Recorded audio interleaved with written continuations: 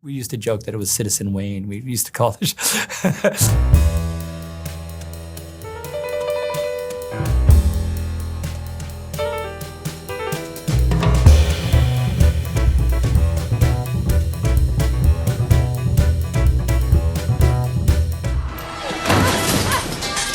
I just like that sequence where, right from the beginning of the movie, where Polly falls into the tub. There's like a high angle where she falls into the tub, you know, her feet on the ground. That movie really has a lot of crazy close-ups in it. I had this Inavision lens that I shot all these, like the keys. I do love the dolly in on the toilet. That's another one of my favorite shots.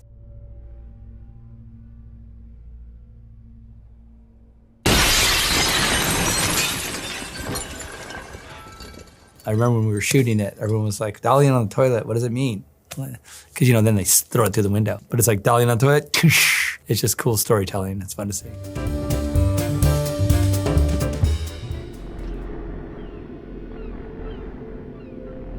His helmet is stifling.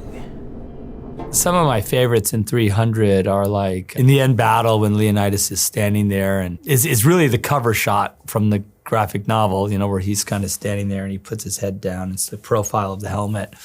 You know, those came out really kind of exactly as I hoped they would. You know, they're very close to. It's hard to get close to that graphic novel, but we did the best we could. Surprisingly, a lot of it's just color. You know, like I have a really great relationship with this guy, Stefan Sonnenfeld, who colors my movies, and I've been coloring with him since my early commercial career. And so we have a really great shorthand, and creating the look of 300 was really particular. And a lot of it's done, it's kind of plain if you saw it, and then we really just kind of crush it into the look that you see in the movie.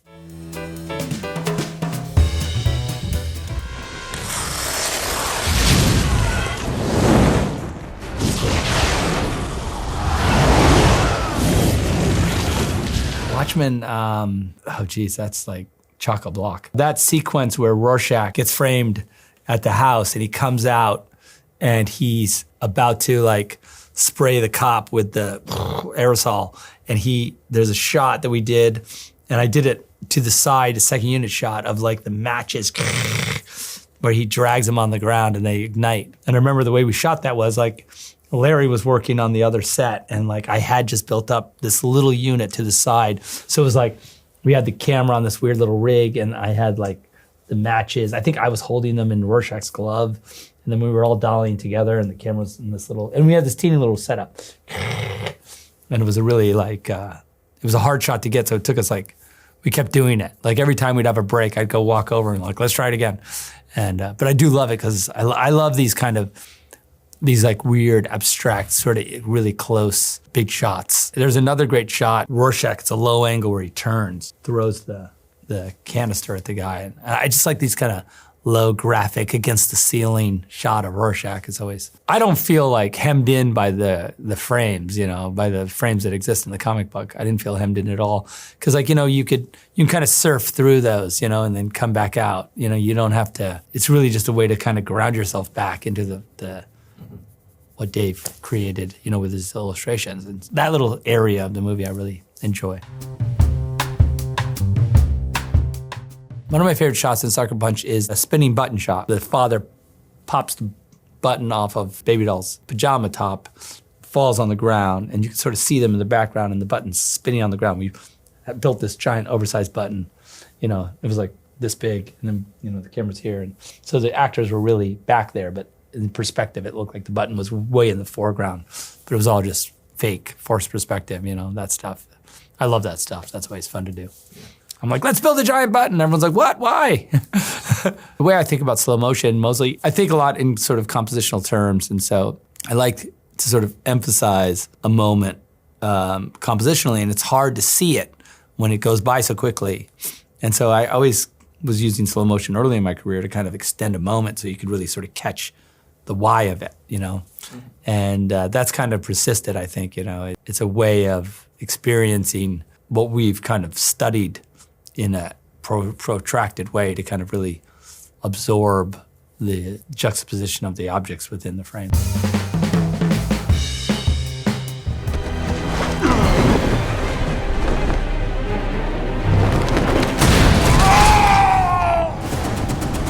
My favorite shot in BVS. Yeah, I think it has to be, there's a down shot of Superman lying in this sort of pile of broken radiators. And it's like this graphic shot of him just kind of dead, not dead, but just semi-conscious in that pile of radiators with his cape back there. And he gets actually dragged out of that shot. It's the Batman drags him out. And so, yeah, that's one of my favorites. It's super graphic.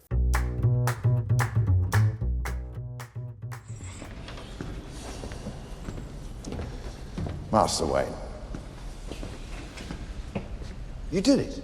I love this is a weird reference, but in the black and white version of Justice League, there's a shot where Alfred is talking to Batman, or Bruce Wayne at this point, because he's not dressed in his outfit. But they're in the warehouse, and they're silhouetted against the door. And in black and white, Alfred is just a silhouette, and the Batmobile is kind of in the foreground. It's just this, as a black and white shot, I just was like, we used to joke that it was Citizen Wayne. We used to call this. Why did you choose black and white? The reason that movie was, for a long time, that movie existed as a black and white version because I had it. The version that I kept after I left the project was in black and white.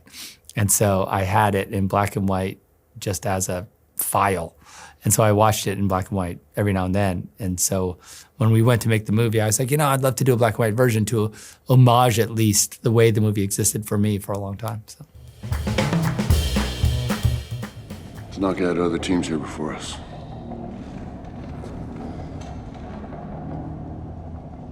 Do you know anything about this? That's news to me.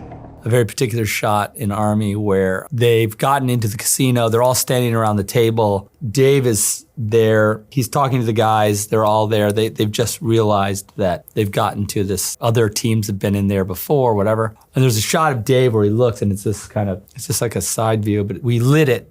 It's lit with flashlights, and then the background has these certain, hot sources coming through, and it just really worked out. This one shot really worked out as far as the dream lenses combined with the way it was lit and everything. I was just like, that's what I meant.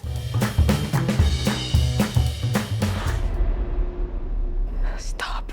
There's a shot of Cora standing in the doorway of the granary right before the fight, and it's a shot of the bucket. She's out of focus, and the bucket that Sam dropped is in the foreground. So she's sort of standing in this weird out of focus shape, and there's like a bucket in the foreground. The mystery that it starts, this sort of idea that you never saw the bucket fall, but you knew it did, and it's just it's a double reveal. It's kind of an ironic reveal because that's the bucket on the ground, but that's her reveal as well. It's I don't know. I know it's it's not like one of those huge iconographic shots, but I like it when a shot like that makes it into the movie. It wasn't drawn either. It wasn't a storyboard. I just kind of saw it on the day and was like, oh, let's do this. That's cool.